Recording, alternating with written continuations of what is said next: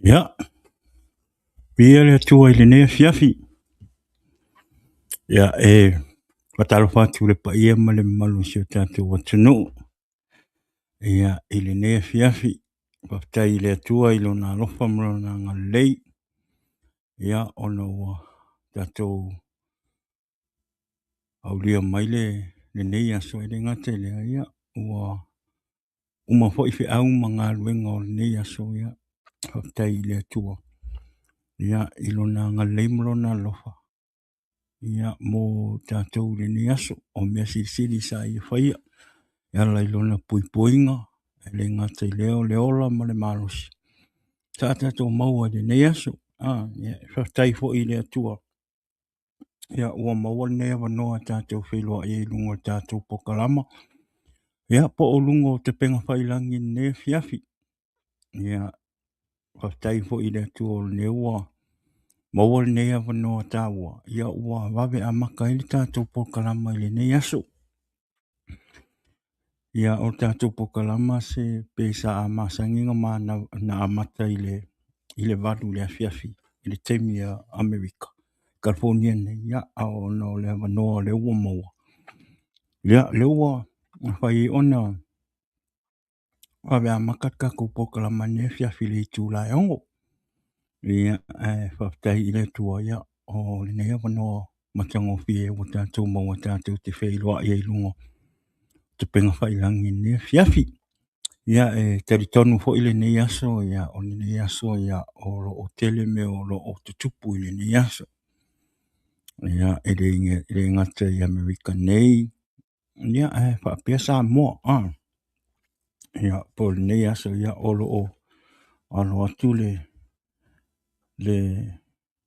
sunga i palimia ia manisi fo i uso mtu whaafine i le nei aso i le whamasinonga ia talo i le tua ina ia whapena ona whaalia lona a mio tonu i le nei aso. Ia o le ana tali e o mai le tua ia. O le nā mo i tātou, paul mea tātou mana tua le tātou pai ngā malo i Samoa. Sunga palimia ia le ngate neo nisi o uso ia matu whaafine fo i le nei aso. Ia a ofea ngai e ma whamasinonga nei aso. Ia o ai atu fo ia ua tele ua tele tangata o lo o whapena o tapua inga le tapua i le halwhai wātou si tātou palimia ia mlona manisi o uso mtu whaafine ia i le nei aso le whamasinonga. Ia toa pēr tai ia o tātou tangata ia tātou maua pēr lon sai o le tali wa o mai ia tātou maua lon sai. Amen. Tari tonu ia whaadia le amia tonu le atua i le nei aso. Ia mana tua si tātou whainga malo tātou tālsanga. Ia a vea nei taimi e whaatalo whaatua il por kalama nei fiafi.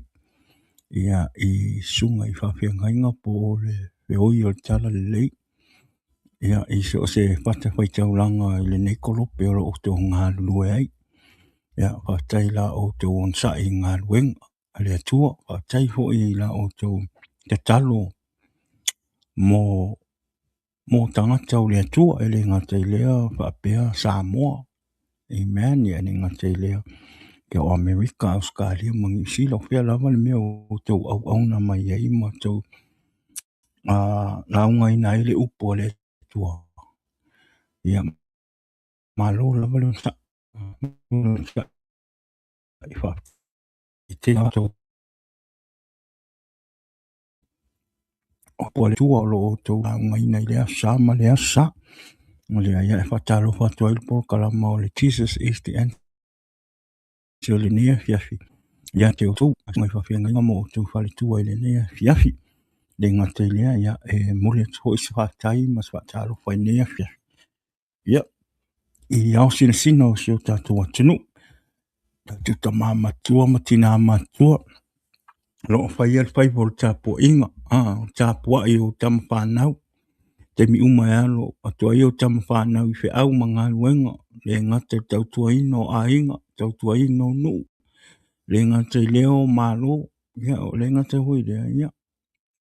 O tausinga o tātou ainga I lungo whangua ma umanga ma taula ma tūlanga whapena. Ia awali tausinga o tau. Ia le sili ale le tailo tapua. Tari tono lo tau tapua ile manuia I tama o tama whanau. Ia ile alofa o le atua. Whaptaifo ila o tau nofo talo. Ia mo tama whanau. Ia talo ile atua. Ia poa e tupea le malosi ma le ola. Ia te o tau. Ia whapenao na maua pea le malosi o le tino. Talo fo ile atua ilana wha malo longa. Ia whapenao na o tau maua le malosi. O le tino lea, ia whatalo whatoi po kalama o le Jesus is the answer. Ile nea fiafi. Ia ele ngata lea, ia o te fia whatalo whatu fo in ai o tato ainga, wo mai masani. Ia ile nea fiafi. Whamalo whatalo whatu po kalama ile nea fiafi o le Jesus is the answer. Podcast ile nea fiafi ia mo o tau, whaptaila o tau no whatalo.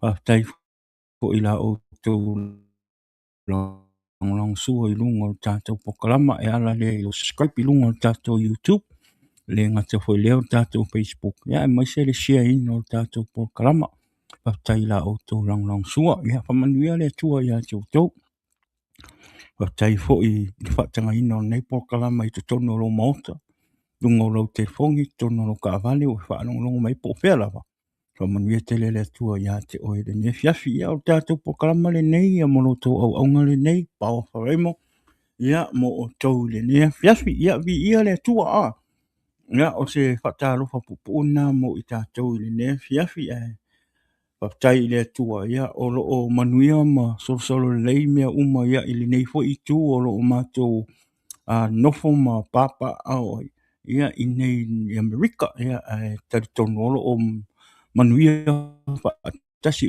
mai tātou le alofa ma le tua ia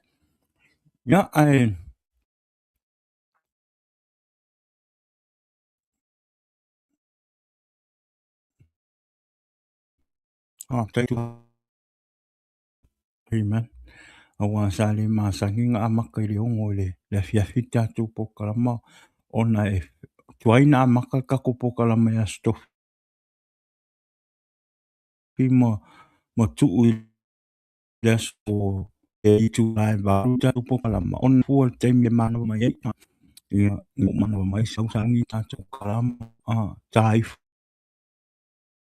po le valu mea tiulanga pena ia e tu neo no leo ina tātou no tātou te mafuta I le itu la ia o le afiafi ia au mo le o me le ia fifia I le anganga ma loto ia ona o le ua te tātou mafuta I lunga o tātou te penga whailangi I manta tonu ia o le tele o mea lo o alu lunga o te penga whailangi nei tu la ia maise ala le tātou le whamasinonga o lo o alo toile sunga I palemia ia manisi o sontu pini nei ia I le whamasinonga te tele fo I o lo o whapena o lo o tāpua I whamasonga ia ele ngate ia nisi fo I o tātou tangata I atunu mamao ia o lo no fo tāpua ia le whamasinonga ni fiafia o le sau te talo fo I le tua ina ia whapena ona a mai se tali o le nei aso ona ua tele le vevesi ua tele me tutupu ua tele tala pea isolo I lungo te penga whailangi ua male pelepe hinga ua male pelepe whainga onga o ngei mea politiki ia te talo ho I le tua ia whapena ona ia ilo na whapananga le ngata leo lang fili mu ia I le nei aso o walo atu le whamasinonga I le nei fiafi amen ia o le vi inga mal whakaisili na I le tua ia tai le tua ia uia ina tele mei nei me te tupu ma ia tari tonu o nae manuia oe, nae malosi oe, maua ea ule ora ma le malosi, maua oe le malosi, ia o le vi inga silina i le tua, po ala me te tupu mai se o tātou wa tunuu, ia man nei fwea tunuu o lo tātou iei. A tātou maua le ora ma le file mu, ia o le mea silina, amen. Ia ai, whaftai i le tua, whaftai i le tua i mesi sili ua ia whaia. Ia, mo i tātou i le ne aso.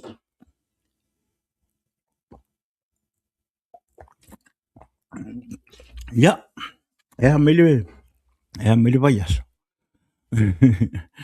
Ia, ole nei vai aso, ia, sa o malolo mai ngā luenga, ia, mai le aso lua, ia, si pa ia nei aso. Ia, ona o le tūlanga fo i o le tino o maua fo i le mai, sa whapena ona, maua le sa alu whal mai, ia, whaisia kinga, ia, whaptai le tua o lo o kei uma me uma, whaptai fo i le tua i lo nā lofa. Ia, ua maua i le tino malosi, ia, peo le ala na sa neiva yasu, ia, whai fo ima whaisia malo rongo o tino, ia, po toa o alula ngā luwhai ngā luenga le aso atai au, whaptai le tua, ia, o le ua, te maua le malosi o tino, sa maua fo i tino i ngasi ngasi. Ia, whaptai le tua ua, popo le malosi, ia, maua te maua fo i tino malosi. Ia, o le vi inga nā mal whaptai le tua. Ia, ono, sa ia le tula fo ia i tātou, ia, te tonu, ia, ia te me tātou loai malolo, Awa fo i nei o tātou nau te ili tupe. Ia, e ngalo ai ngā fo ngā wha malolo king, o le mea o mea mai malolo lei, malolo lei, awar fo sia. Ia, ngā papeang kauku o ke alungi whainga luenga. Ia, kawanga o maua koe whapoposi siasa kasi ke malolo lei. Ia, ngai ke waharu whainga luenga. Ia, ai kupus whale kong. Ia, ai whafkai le kua. Ia, i le ola ma le malosi. Ia, o ngiwa yaso. Ia, i le iangi me ke le sa kup. Awal mea le whafkai le kua o maua le malosi. Ia, o lo whapenga fo i lo maua i tina ma le afine le malosi. Ia, ma le mei a inga whaftai fo i la o tau no fo talo. Mo a umalo a inga whaftai alenga te leo tātou po kalama. Whaftai atu ia te tau na i o a inga o wō mai masani lungo tātou po kalama. Ona o la o tau no fo te talo i nei. A inga ia vi ia le tua am. Ia eri a mataani ina la tātou upu forfora whamalosi le nei fia. Ia te whatalo whatu ma whapilo ai atu le.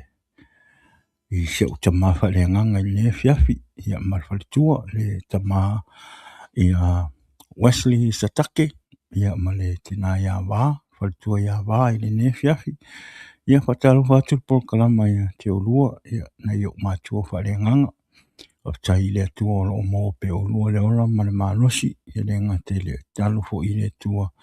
Ina ia whapena ona sa aona whaamanuianga ia lai le upo le tua ia te olua. Ia awa ko le tau singol na fuma moa le tua o le ia whatalo whatua i pol kalama le ne fiafi ia te olua na i o mātua whaale nganga whaftai fo i la olua no whatalo mo le pol kalama. Ia whaftai fo i mea malawa olua whaia ia mo le nei pol kalama i le ngate le ia. Peolo a inga o lea, ia whamanuia le tuam whatalo whatu le pokalama ne fiafi. Ia te orua nei o mātua whalenganga, ia o te whatalo whatu fo i le parcel mātua pokalama. Ia le tofine ia fina i le nea fiafi fina, ia whatalo whatu tātou pokalama ia te o i le nea fiafi. Whata i la uno whatalo mo tātou pokalama. Ia o lofa tupea ma ua ma anko tala lei ia mo oe te fine Ia aua fo i tātou po kalama o lea. Ia whatalo whātul po kalama ia te oil pass le ne fiafi. Ia vi ia le tua, amen. Ia tantonu, ia nei aso, ia ele umia se tātou po kalama i le ne fiafi. Amen. Ia o le hapo i se upu wa uma ona o sa uni ia wafo i se whamaru si anga mo oe. Ia, ele nei aso ele ngata fo i le mo au fo. O tai le tua le upu wa uma ona o sa ili mo o su su e whainga le tari tonu e au ngā ia ma whaamalu si e fo ilo wola wha le ngang. Ia e le ngata le ia e whaamalu si e te fo ia te oe le uso ke usiano i le nea whiaki. Ia po saisi fo i o lo o whape na o lo o mo o mia soani i le upo le atua. Pe eise mea o lo o whape na o lo o whia ngai e whaafita uli o le nei o langa ia. Le upo le atua ia. Na o le nganga pa i o le atua na te li ualo o langa ma abatu le mana o le atua i lo uloto ina ia whape na ona e taritonu i le atua. Ma ia whape na ona e sau e ave le ola i le atua ma maufo ina atu tangata i le atua. Amen. Ia le nefia fia. Tātou tala noa i le nefia fi. Ona o mea o lo tupu pea i le nei o langa I le nei o langa o lo tātou o lai. Ia e le o se mea whaingo fie le lalolangi le o tātou te o lai. Te le whaafita auli, te le whainga tā, te le whaososonga, te le me tutupu e o mai o tātou o langa I le aso ma le aso. E te le ina tamu whaile ti apolo ina ia koso atu tātou I tono pouliuli ma ia awane I tau nuu le wha moe moe le atua I o tātou o langa. Ia o le nei laifia fia o le whape na o le a tātou o I le upo le atua. Ia whamanuia le atua I lau whaalongo le fiafi. Whape na o na whaaleanganga lo whaalongo le fiafi. Ia I le upo le atua. Amen. Ia o le tusi o le a mō mai I le tātou upu whaamalosi po le tātou I le ne fiafi. E mō mai le mō le yone ta upu mō whai upu lima.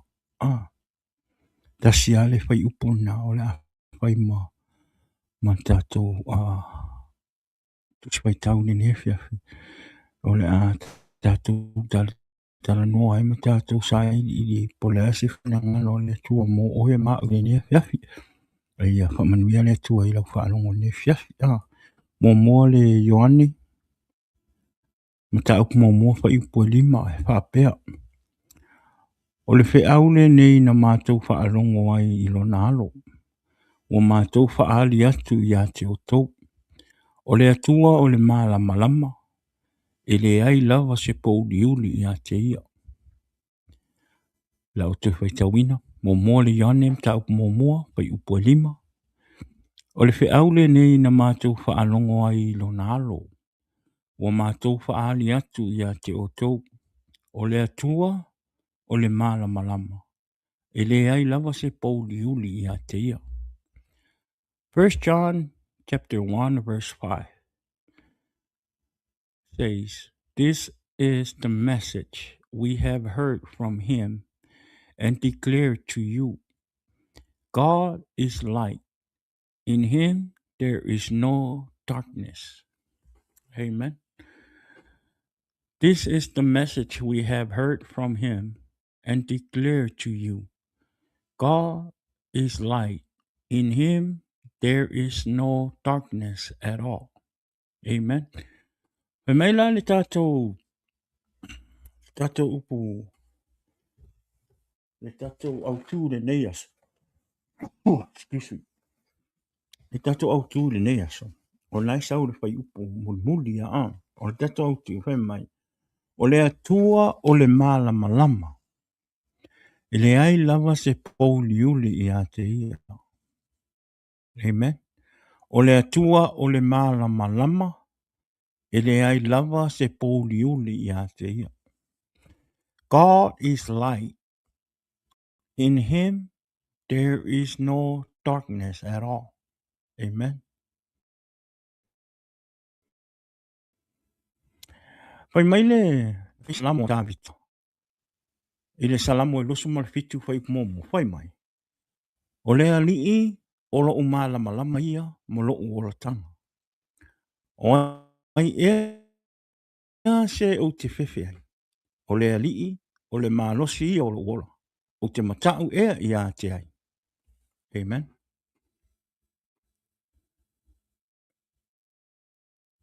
I ia le tua.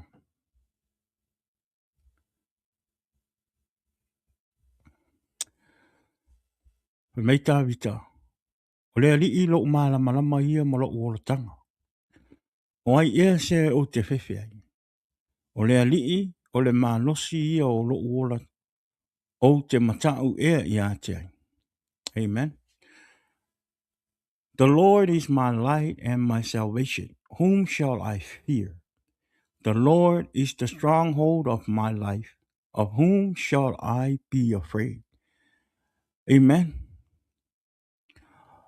O le taimi lea o le matautia, ma le leanga, ma le tauwha leanga. Sa mana o mia e tā vita le malamalama. Ina ia I loa ai. Le mea e whai.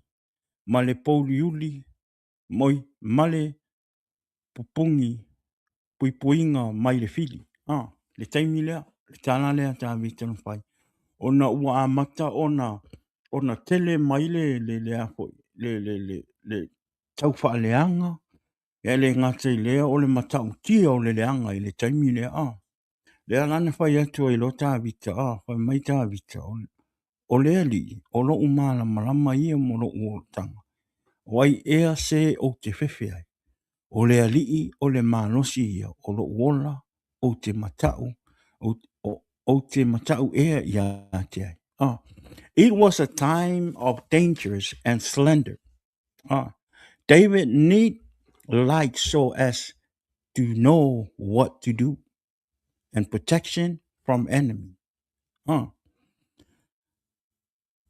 Amen.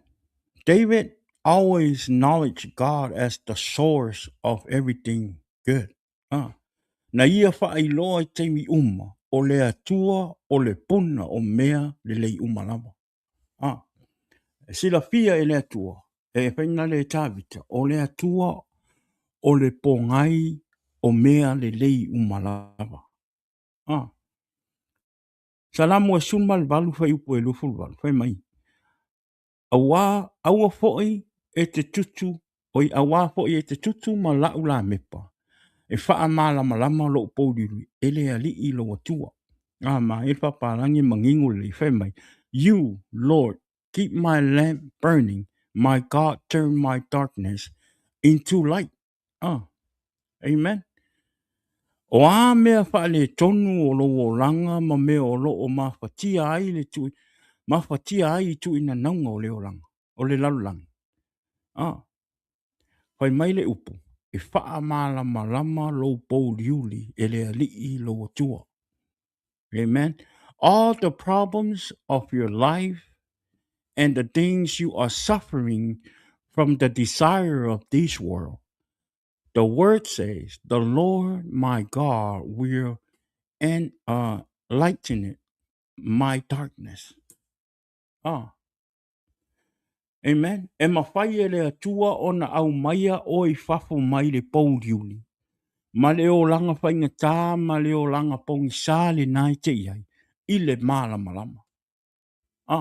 God will turn your darkness into light. Amen. No matter how deep the situation is, only God can pull you out from it. Whatever are you dealing with in life and you can't find the answer, my brothers and my sister, Jesus is the answer of your struggle. He is the answer of your situation. Amen. He is the light of the world. He will light up your life because he is the way and the truth and the light. O le ale whai ngā o le o langa o lo e iai. Amen. E mawhai e le atua o na au maia o i whafo mai le pongi sā o lo o pongi sā i o e le ti apolo. Amen. Whai mai le atua. Whai mai le upu. O le atua o le malamalama. E le iai se pouliuli i le atua. Amen. So a whai o le tātou te au auna i le atua. A whai o le tātou te tātou te talo i le atua ma tātou tari tonu i le atua. E te taula ona tātou iai tonu le malamalama o le atua. Aisia, ona fwoi o le atua. O le atua le tātou te tali tonu ai, ma le atua le tātou te vivi ai, ma le atua le tātou te tatalo ai. Ma le atua le tātou te matau ai. O le malamalama ia. Amen.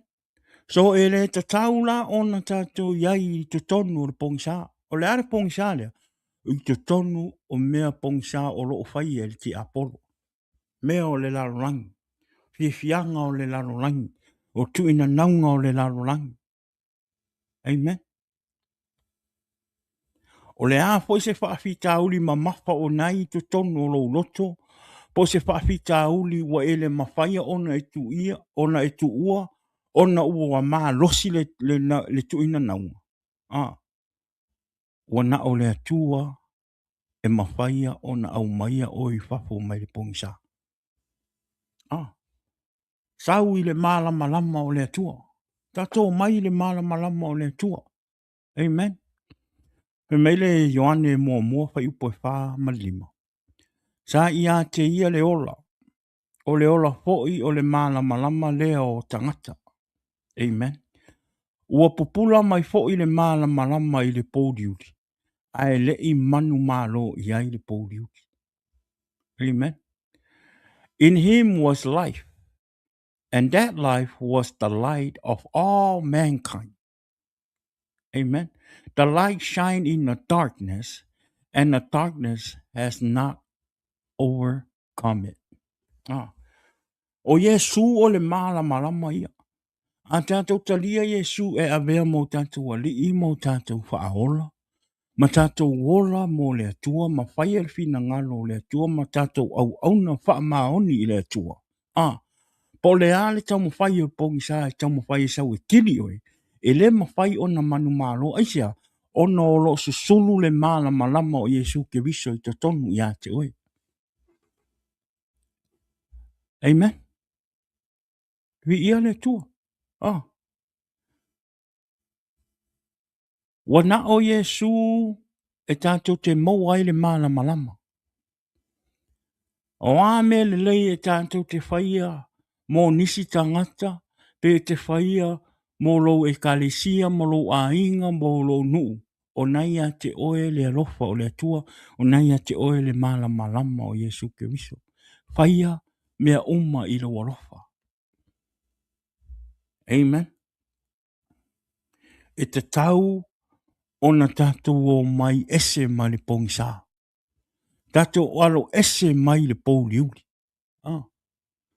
Tātou alo ese mai i whiawhianga o leolanga. Tātou mai ave o tātou ola i le atua.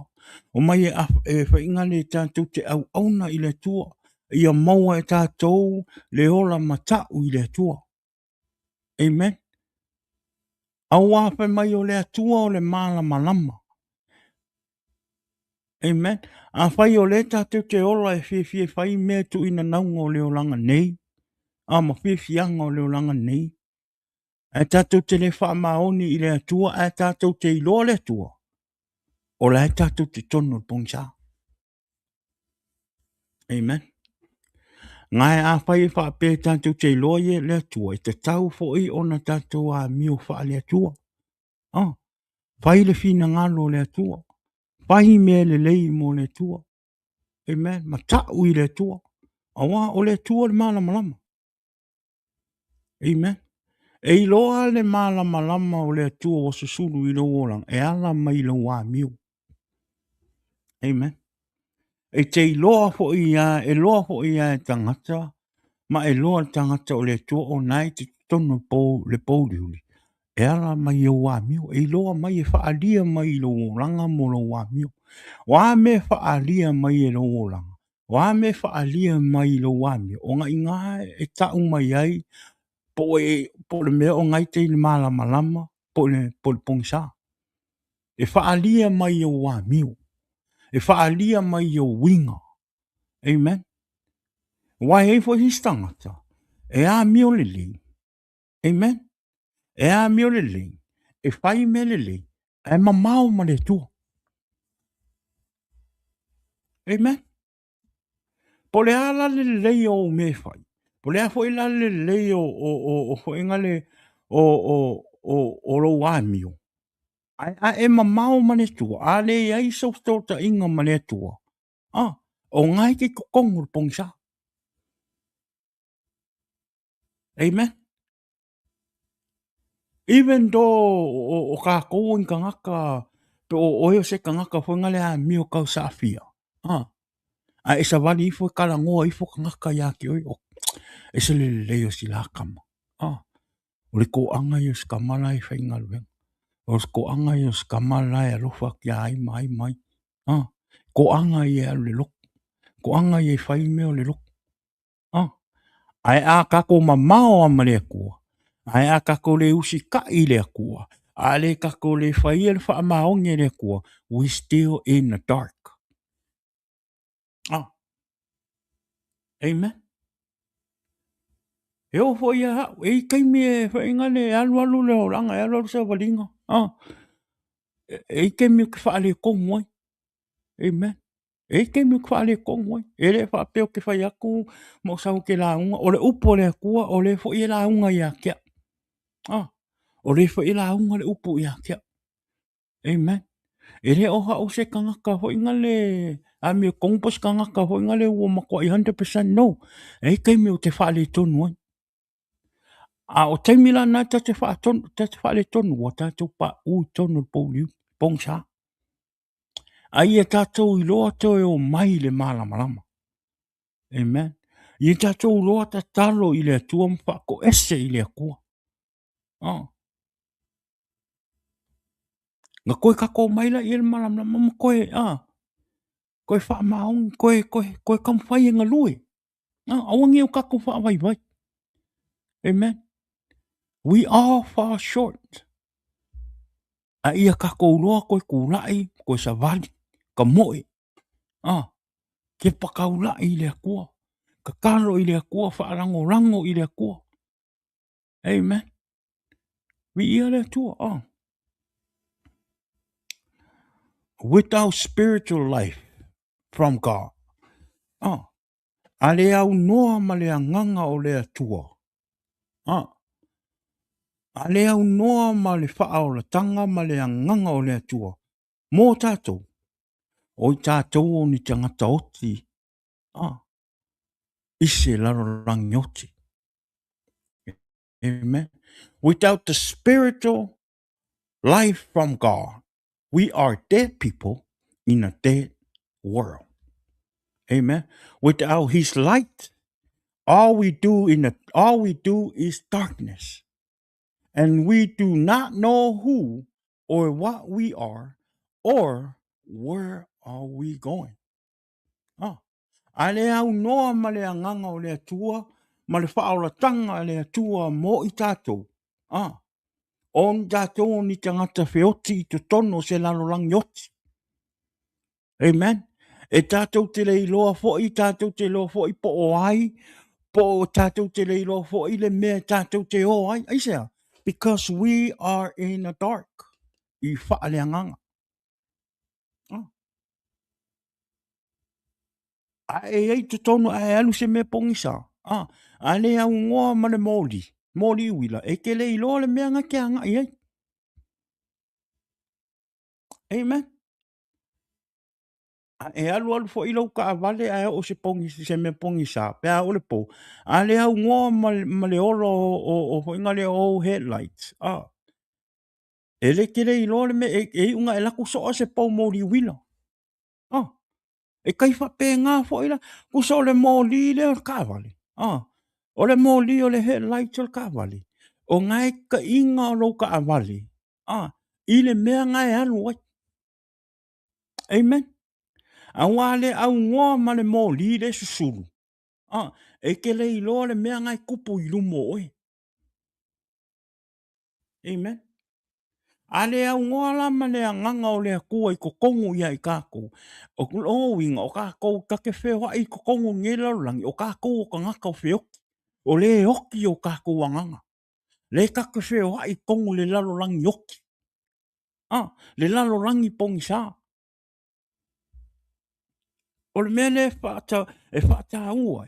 E te tau o na ola le atua ma fio le anganga pa ia o Yesu ke wiso i te tonu o tātou tangata. Ina ia whai ma malamalama o tātou o tangata. E ala i le tātou sa walinga wha le anganga. Amen. E le ma whai o na tātou mai o pongi sā i le atua. E le ma whai o na tātou mai e whai le ngā luenga a le atua male pongi sā. No. E te tau ona ola Yesu ke wiso i te tonu i lo o langa. E te tau ona e te lia Yesu i te tonu o lo tangata mo lo wola. Ina ia e whaia le ami o tonu o le atua. Ina ia e iloa, ma tau i le atua, ma ia e iloa alofa i le atua. Amen.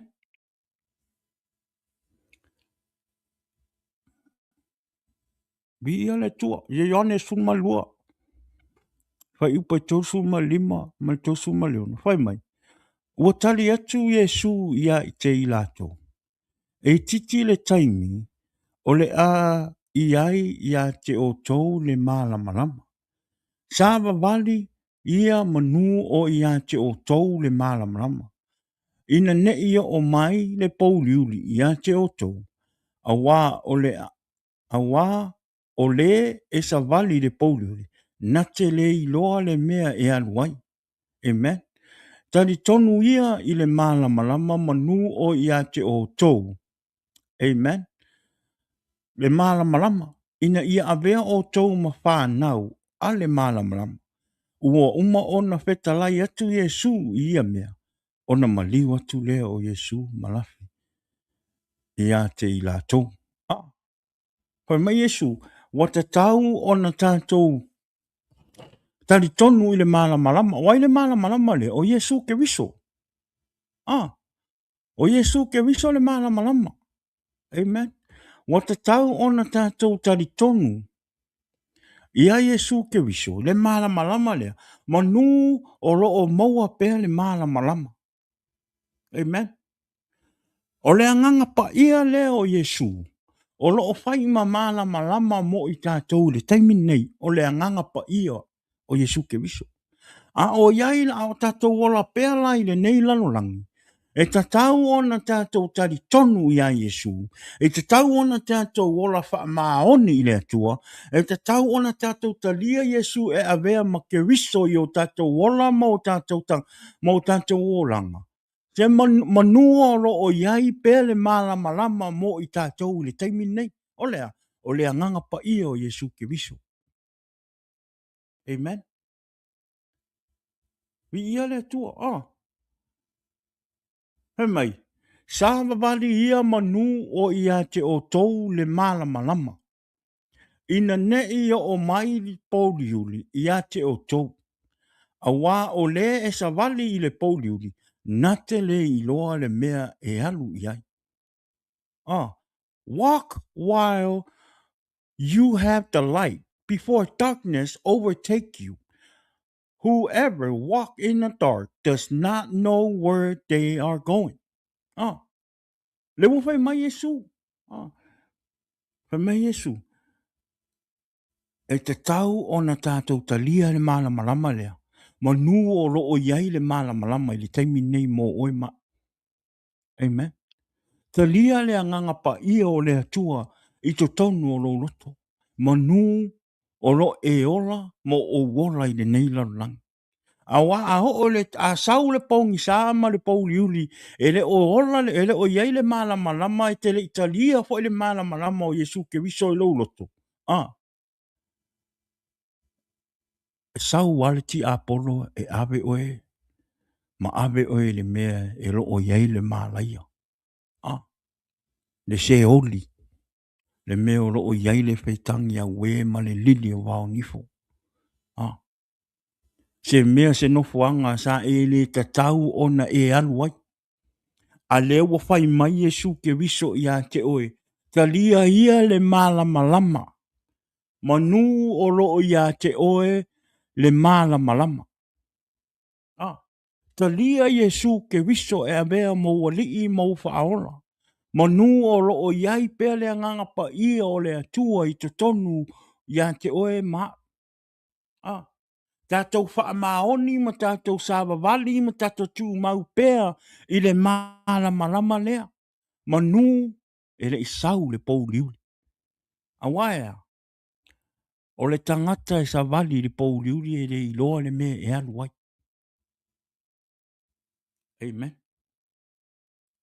Vi ia le tua. God's light continually shine. Amen. Vi ia le tua. O le so i me kelinga whainka inga nga le malamalama tangata. Ona o le tele o mafuaanga na lai ona le malam ona o le fia i le pongsa. Ma mea o le lalulangi. E le fia i mea malamalama ua na o mea e fia i le pongsa. Lesi le mafuaanga e anga whawhinga ka. Ngō mai ka ngaka i kongo le malamalama. Because they don't want people know what they're doing in the dark. Amen.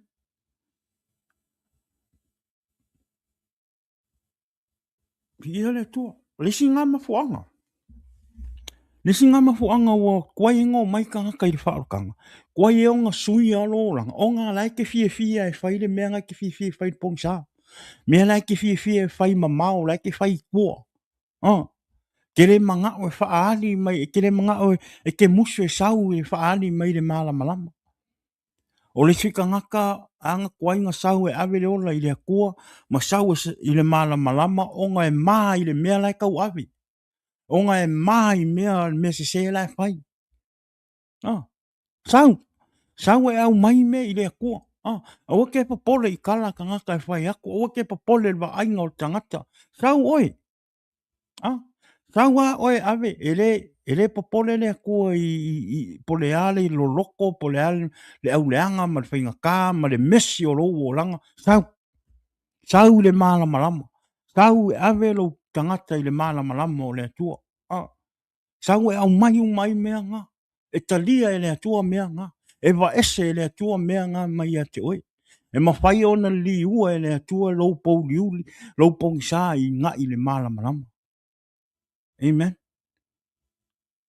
Vi ia le kua. Ngā uola mai fo ia hau ia ngā uewa fo i le pongsa. Ngā fia e ka alo solo le pongsa. Ngā fia e whai. Amen. Ngā usau ave uma ufale kongu i le kua o kere i maa. Ngā usau ave po le le whainga le kele o me se whaima mea maka ngasa au le maa i ngā usau ai lumo le kua. Ave lumo le kua. Kere i popole fo i kala i kāka, peu kere i popole fo i pe ula me kāka ia. Ngā usau a hau o ngā o ke alofa i lo wanganga i ngā ia maua le ola e whaawawa. Ngā usau a ave i lumo le kua. Amen. Lesi ngā mafuanga. Amen. Le iane tolu whai upo e suiwa ma losful. Whai mai. O le wha masinonga fo i le nei. Ina ua o mai le malamalama i le lalolangi. Oi. Ua o mai le malamalama i le lalolangi. O tangata. E sidi lo la tau mana o i le pouliuli. I lo lātou mana'o I le malamalama. A wā e leanga a lātou a mio. Lo sfuru a wā o I lātou uma o e whai mea leanga. E ino I lātou I le malamalama. E le o mai fo'i I le e le o mai fo'i I le malamalama. Ne I whai loa a lātou a mio. This is the verdict. Light has come into the world. But people love darkness instead of light because their deeds were evil. Everyone who does evil hates the light and will not come into the light for fear that their deed will be exposed. Lesi le mafuanga. Lesi le mafuanga e musu e ona mai ona ua fia. Ona o lai fia I mea lai whai le pongsa. Amen. Vi ia le tua. Po le ala le launga atu o le whaiwhi au. Po le ala le maangai o le sermon o le whaiwhi au o lea sa ma lea so sa. A laike alu le loko, a laike fia e whai mea, a laike ola le pongsa. E mai mau a koa. Aonga e ke le o whaale anganga lu whaalongo le upo. Onga la iei mea laike ke kuinga ngau ai le lalula. Amen. When he's going local just to go to church so people see him, he's in the church. When he's young le loko onga la fa konga ku le loko. Alfa sidi, o ye sia nganga ya ke o ke fia alu le loko mai alu ke kapua. Wasa ye le mea sa kupu ya alu mea nga. Me fanga le alu le loko se vai me ka le o sa pa o loko. Ngala kulola ia ngofo la lo moe la kulo moe lo ko lo me nga sa ye. Amen. Ku sa la le lo. Ai o ye se nga la fi alu ka po I le ko. Ngale alu a fa pe ai me ka lo sa le lo. Le o Paul me lo ai me ka lo I le lo. That's it. A se upo e kalia le upo le ko ma kalia le fikalai mai o le kua e ala I longa au ngai le upu wala ngai. E kalia le loko. Mko I misi a koa. O ngai ke hola. Ngai ke hola I le lalulang. Ngai ke hola le pongsa. Po le a fo ilan fai mai le kako I loa, kake I loa le kua. Ai ale ai sau mafukanga ma le kua. O ngai ke kongo le pouliuli. Fai mai le mua le yone mta upu mua fai upu e ono. Fai mai a fai e tātou te fai atu. Ua tātou mafuta fa atasi mai ia. Ai sa vavani tātou le pouliuli. Ua tātou pepelo ai. Ua tātou le fai a fo I le upu moni.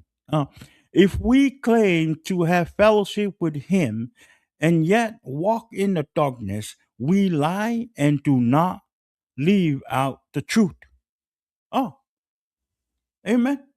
Po le alan fai mai o le kake o le loku le kake kapua I le akua. A le kake fie fai le kuinga ngaunga o le olanga ma manga onga o kingo ma kulanga whapenga. We still in the darkness. Amen. It doesn't matter how many times you go to church. But if you don't have a relationship with God and you're not serving God with the truth and the honest and your honest heart, then you're still in the dark.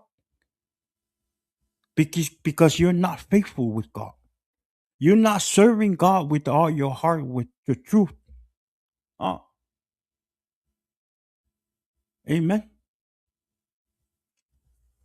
Ia le tua. A whai mai, a whai e tātou te sāwa wali I le malamalama. Amen.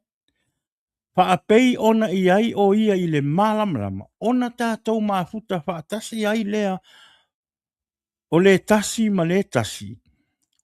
O le toto fo ia Yesu ke wiso. Lona alo e wha mama ina ai I tātou I anga sala umalawa. Ngā sauru whai upo fitu le Yane mo moli yane mtau mo fa upe fitu.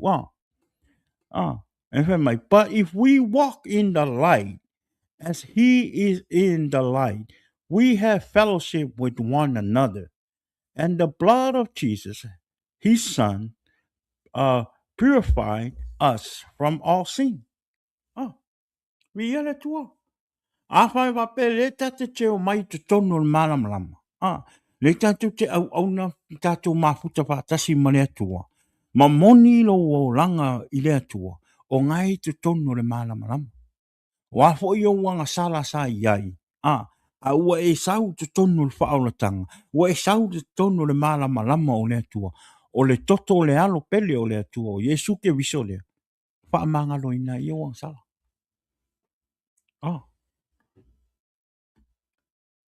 Fa mai le fai poi val, fa mai fai e tātou te whaapea, e le ai sa tātou ang sala, ua se ai tātou ia i tātou, e le oi to tonu ia te i tātou le upomoni. Ke le uska ngaka whaora inga, ke le uska ngaka ke visi anu, e ka ngaka o ele mea ngā, wa fo inga le ua, wa uska ngaka o ile siang sala, wa uska ngaka wha maungi le kua, wa uska ngaka pai e, e le kaimi pa ua. Mi, e a uang sala, o ke ang sala hoi. I'm a sinner. E le o si tangata a mia tonu. Ngā au wha apea ko o si tangata a mia tonu ma si tangata e le isi ang sala. Longo wingo wa upe pelo. E le moni o upu. Amen. Pe o nau whai atu pea i lunga tātou pokalama. E ei taimi o te vai ai. E le taimi o te wha le tonu mai. Aisea, ona o le tātou te ola pēa i le nei lalo langi whaingatā. Le lalo langi o loo tele e wha o so songa. Le lalo langi o loo ka asolo e le ti a polo mo ngā whiri. Amen. E ui wha i la ina o wha le tonu ma o vai. E le mawhai a ona o te talo i le tua ma o wha to ese i le tua. I ask God for forgiveness to help me and pick me up again. Amen. And let me run again to serve you and be with me on my journey with you, Lord. Amen. Ngai whai mai whai upo e wāku, mai a whai e tātou te whaapea, e le ai sa tātou ang sala, ua se ai tātou ia i tātou, e le o i te tonu ia i tātou, le upo moni. Longo wingo le pepelo. Amen. Mai, if we claim to be without sins, we deceive ourselves and the truth is not in us. Amen. Ia le tua. Pere whai mai lai, whai mai, ai a whai, pei poi wai mai, ai a whai tātou te whaani a tātou anga sala. Amen. E wha maoni o ia, male a mio tonu, e wha ma ngalo ai a tātou anga sala. Ma wha ma ina, mai ia i tātou, ia mio tonu umalawa. O te tō ai. Ke mei a whai e tātou te whaali a tātou anga sala. Ke mei a tātou anga sala. A tātou pāu. A tātou whainga le tātou whaale tonu i meo leo langa nei. Pe mei ne tua. Whaali. Pe mei le upu whaali. Whato ese i le tua ma toi whaali i le tua ma toi au ngangi i le tua o ese se. Let him know ua ese se. Te talo ai wha mangalo wha to ese. Aua lei loa o laua se se. Laua pau. Nga ngofo ala iyo. O le kaimia ke whai aile mea ngalo. O oe se tangata whaingale ua maanga ia lo au auna i le tua. Ua whaingale ua manai ale alo lo wala wha le anganga o oe se tangata ua e wha mahoni i le tua. Ai alu lo fo launga ai e wha le tonu. Awane e nofo ai inga. Amen. Awane e ngofo ai inga. Amen. Admit yourself to God that you ua whainga le ua e se. Ka kalo i le akua, wha i loa i le akua. Ua e se, ua e wha le tonu i lua maftanga. Wha to es i le atua. Ona toi alofa mai leo le atua i hate oe. Amen. Ai aua ne e nofo umi ai. E te pau roa ma e wha le tonu. Aua ne e wha apea i lo loto. E le ailonga e toe whaalongo mai le atua i a teau. Ailonga e le alofa mai le atua i a teau. Ona ua leo wa toe fo. Leo wa toe pau. Leo wa toe whaia le mea sa o te talo i le atua. E whainga le wha maangalo au ma. Aua nge e ngofo ai. Amen. Whako ese ai i le akua kaimi ngā. Ka kalo i le akua. Amen. E aua nge ingalo i a ke oe. O rau mea se sa whai. E ka kaua onga e avenga. Amen. E ka kaunga e kongia. Amen. A le suinga e le akua o loo langa ma koe kuume e le akua le avangoa i a ke oe. E au mai ai le atua. Amen. E au mai ai le atua. Vi ia le atua.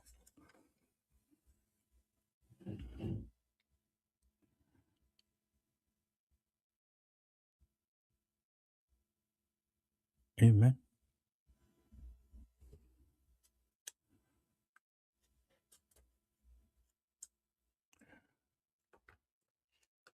E mai le yane mua. Yane mua le yane mta upo lua fai upo e. Fai mai. O le fai mea, le fai mai ua ia te ia. Le malamalama. Ai ita i lona uso. O loo i le pouliuli lava ia. E o mai i le aso nei.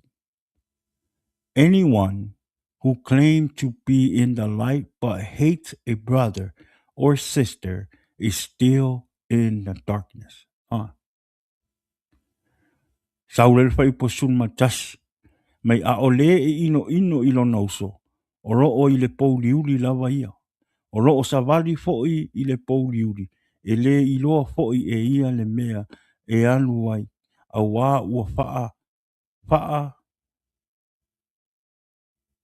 tau faa oi ua faa tau asoina ona mata i le pouliuli.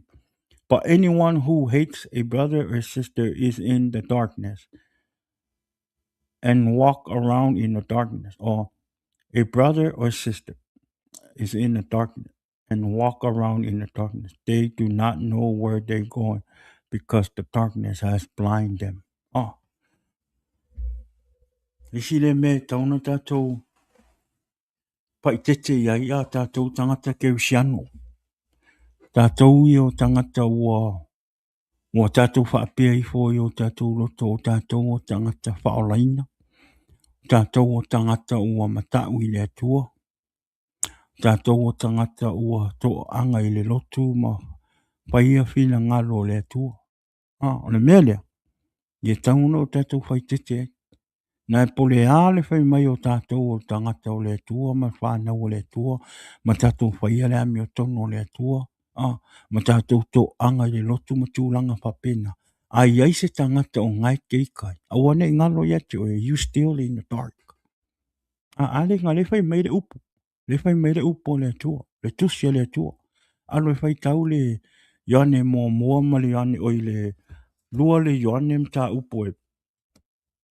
Lua le yane mta upo e lua. Amen. Ngai saua. Alo na whai upo iwa. Alo whai kau ngai saua. Amen. Whai mai po o ai a tātou e whai mai o le tātou te sa wali malamalama. Au e ika i lo ko whinge po lo uso. O ngai ke iai e kongol pongisa. We really have to be careful. Tātou tangata ke usiano. E te tau a whaapeo o tātou, a vea tātou ma tangata whaolaina. Ia, awane i eise si e ti ngā i lo roto, awane i eise si e te ita ai. Ona e, E le tatau ia i tātou ona tātou maua le loto i te se tangata. E tatau ona maua i tātou le loto a whaamangalo. Amen.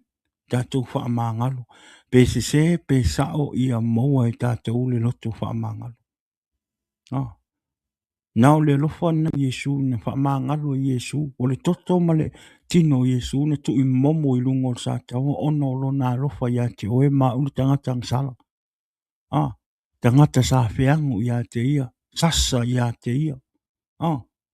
Ka kou maranga. Amen. E te tau fo ila ia i tātou na tātou maua le loto whaamangalo. Pe a whai o le tātou te tono le malamalama o le atua. A whai o le tātou te tono le malamalama Yesu ke wiso. Ah. E te tau o na tātou maua le loto alofa. Awane ia i tātou se loto le whaamangalo. E te tau o na e whaamangalo. I lo uso ma lo to fin. A whai e te mai moa manea whiawhi o oe se tangata ke wisi ano mo o se tangata ngai te ele leilo maftanga manetua. A whai e se tangata na ele mali e lo loto ma se tangata ngai te itai. I tau na moa e oele loto wha mawaralo ma le loto wha maangalo. Ona e pole ane tātou whai mai o tātou tangata ke wisi ano. Ai i tātou le loto le wha maangalo ma le loto wha mawarunga ma le loto sa wama tūlanga whapenga. O ngai te tonu le pongsa, ngai te tonu le pouliuli. Amen.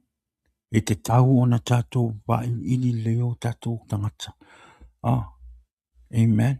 Wa ai po o le meo le leilo maftanga po ai asisi o ngai kikai. Le wanoa nei e tue alu e tue wha maangalu na tangata. Pe te alu hoi ke whako ese. I alu te whako ese. Neta mase sopa. Ia. Ia le tua o ia le amantua tu oele. To fine ia neta. Mesa sopa ia tatou maftanga i ne fiafi ia. Sia fine le po se to fine hoi. Ia neta. Mase sope. Keep me in your prayer. Thank you. Ia te talo mo sinei to fine ia ole amantua tu hoi oi talo sanga. Ia talo i le tua ia oa ia whawhita auni wa hoi popo ngam whai tau leo langa o naim. Pia ngai mo oil to fine. Ia talo i le tua ia ielona wha mawhanwhananga.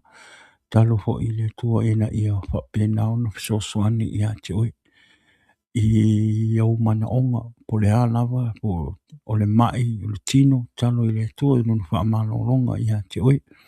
Talo ho i le anganga pa i o le tua ina ia Papenao na fisoswani ia te oi tūlanga o mawhatianga mo whainga tāo leo langa. Ia e maise tono a inga. Ia ne ngata hoi lea ia. Maise lau ola au na i le tua malua ngang. Ina ia papenao na ia ile nganga o le tua o lea. Pamanuia le tua i le swafo le tua. I le swafo Yesu. Amen. Amen. Ia tō fine ia au te pole ia ala mantua tu oi talusanga ia tātou maftanga i ne fiafi tātou o ma paanga o tātou pokalama ia mantua tū fine ia neta mase sope ia ila auto talo. Amen. Ia vi ia le tua. Ia ai ole na Ori ia whapena ia tātou maua le loto whaamangalo. Ia maua le whaamangalo awa ni ini se tātou te ika. Ki tātou te ika ai. Po wai se si ngai te ika ai. Alo e whako ese malo e whaamangalo. O le o kako whaalongo le upo nefias. Po le al tātou o mai e tātou te o i le loto. Ma tātou tō anga i lotu ma tātou tō anga te talo i le atua ma aweo tātou. Ai awhai o ngai ki ngālo loko si tangata. Pe ngai ita. E no ingo ngai ki kongo le pouliuli. Ngai te tono le pongsa. Amen. E whai mai le upo le tua. Whai mai iso. a whai e nei te whai mai whapea mai e te alofa ia te au ai te le mawhai ona e wa ai a te au ai te ita i le tangata o ngai e te wa ai e yaso umoro ola. Longo winga o e pepelu. Kasi whawhenga e whapea mai e ke alofa i le akua. Ke alofa i a Yesu ai ke le o wa ai ai. Ali ke wa ai lo uso mo lo ko finga yaso umoro olanga a ngai ke ikai. Longo winga o le pepelu. Amen. O le aia. Kako mai le malamalama. Pa mele upo le tua. Ia tatou talia ia le malamalama. Ia tatou sa mawali le malamalama manua i le sau le pouliuli. Talia le malamalama. Savati le malamalama o Yesu Keriso. Amen. Me le tatou le upo au tua le tatou uwhaasoa nea fia. God is light. In him there is no darkness at all. O le atua o le malamalama e leai lava se pouliuli i a te ia. Amen. Nongo winga e te tau ona tātou sa mawali i le malamalama. Wa te tau ona tātou iai te tono le malamalama. Ona o le tātou te tapuai. Ma tātou tari tonu i le atua e olo o iai le malamalama. E le mawhai e le pouliuli ona sao ai. Amen. Vi ia le tua. I te tau ona tātou wō i le malamalama. E le mawhai ona tātou whaapea mai o le tātou tapua i le atua, le tātou tani tonu i le atua. A le tātou te fie whai le mea o le pōli uti. E le talia ina i le atua. Amen. E le talia ina i le atua ni mea whapea nā. Vi ia le atua. Amen. A le whaamalosi ne fia. Tātou talia le malamalama o Yesu Keriso e lo tangata. Tātou sa wali le malamalama o Yesu Keriso. O a mea o leo langa nei o lo whaingata i lausa wadinga. Amen. Ave i lumo o le atua.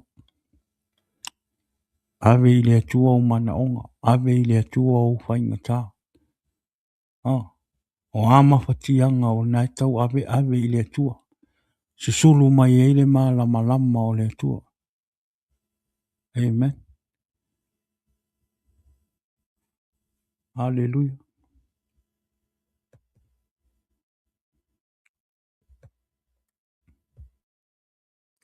Yeah,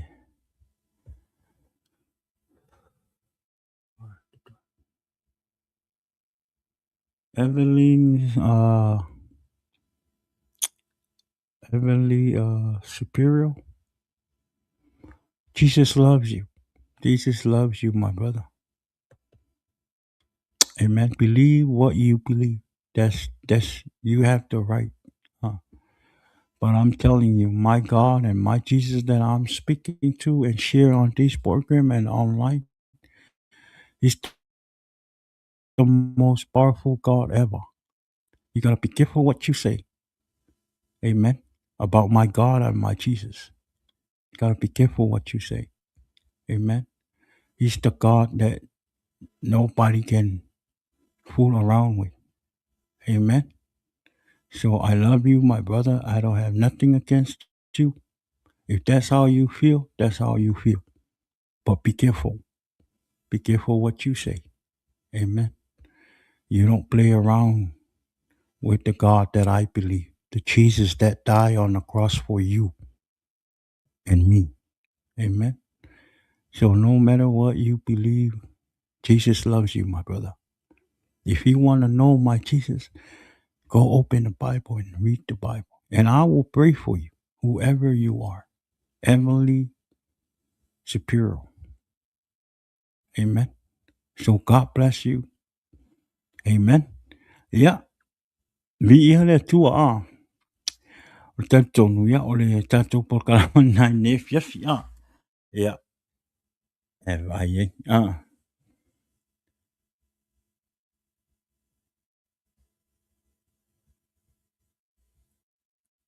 Ia, whaftai le tua a. Ia o le tātou uwha soa nai ne fiafi. Vi ia le tua, whaftai le tua mo le awa noa tā ua o tātou maua. Tātou te whaasoa i lona upu i lunga o tātou te penga whairangi. Amen. Whaftai fo i le tua i le awa noa tā ua o tātou maua i tātou toi whei loa i ai. Amen. I le ne fiafi. Ia ele i wha umata tātou pokarama. Ia o le astonai. Le astonai nei. Ia tari tonu o le a le ise tātou pokarama. Ona o le papena o lo o ise me o lo tuto ngia i lau au whai ngā ruenga o lo au nenei aso. I le astonai. Ia o le tūlanga na o le a le o ise tātou pokarama i le astonai. Paulme, te talo pe i le tua. Talo pe i le tua. Ina ia whapena ona tātou Mole ava noa i tātou te mafuta i lastonai. Ia ona lastonai, ona e nis fuafuanga fo e o le a whapena, o le a whianga i lo nei tangata. Ia, i lastonai, nisi fo o mea fo i whale kalisia. Ia, o le a whianga i fo i lastonai.